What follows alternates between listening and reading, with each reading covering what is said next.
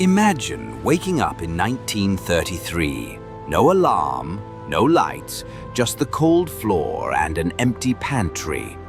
For millions of American families, survival wasn't just a struggle, it was the entire day.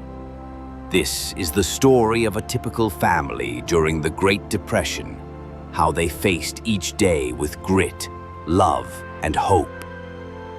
The year was 1933. The Great Depression had gripped the nation for 4 long years. Jobs were gone, banks had failed, families were left with next to nothing. But behind every closed door was a story, not of defeat, but of quiet resilience. This wasn't just an economic collapse, it was a daily test of strength, love, and sacrifice. Let's step inside the home of an ordinary American family and see what survival looked like, one day at a time. The day began before sunrise. There were no alarms, just the sound of roosters, wind through broken windows, and the creak of wooden floors under bare feet. The father dressed quietly, wearing the same patched shirt as yesterday. He stepped outside, not to go to work, but to find it again. Another long walk, another line, another maybe. Inside, the mother was already up. She boiled water over a wood stove, preparing a thin cornmeal porridge for the children. It wasn't much, but it was warm, and warmth meant comfort. Children huddled near the stove, rubbing their hands for heat. There was no electricity, no running water, and no promise of anything better. Yet there was routine. There was effort. There was family. Each morning wasn't just a beginning. It was a small triumph. A quiet stand against the hunger, the cold, and the fear that had settled into every home across America. As the sun rose higher, so did the weight of the day. The father stood in a long line outside a factory gate, one of dozens he'd visited that week. Sometimes there was no work. Other times there were hundreds ahead of him. Back home, the mother tended the garden.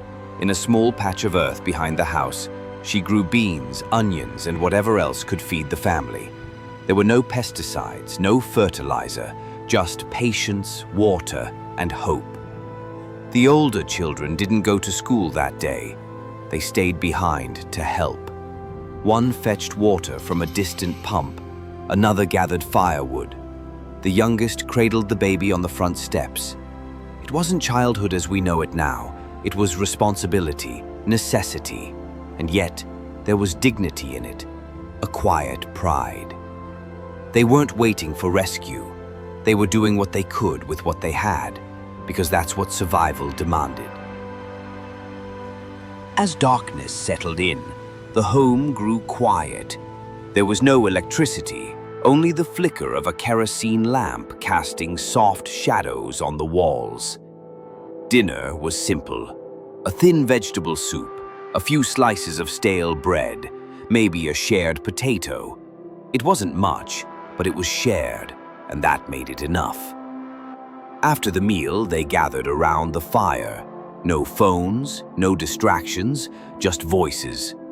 The father told old stories. The mother mended a torn sleeve.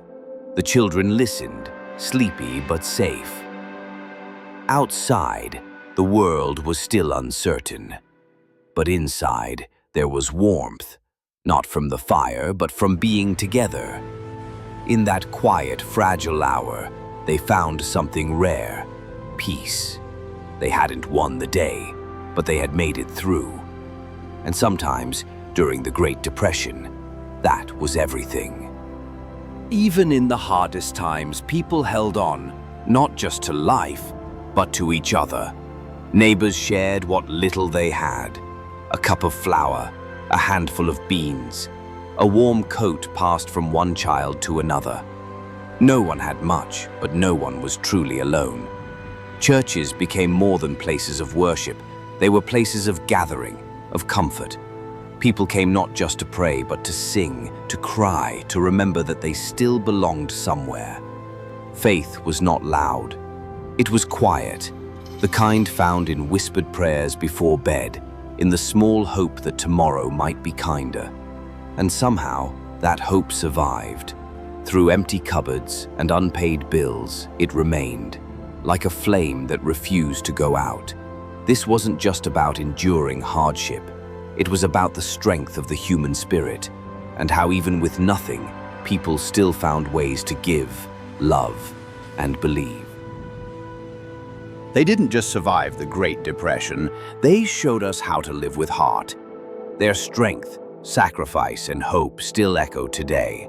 Let's remember their stories and carry their spirit into how we live.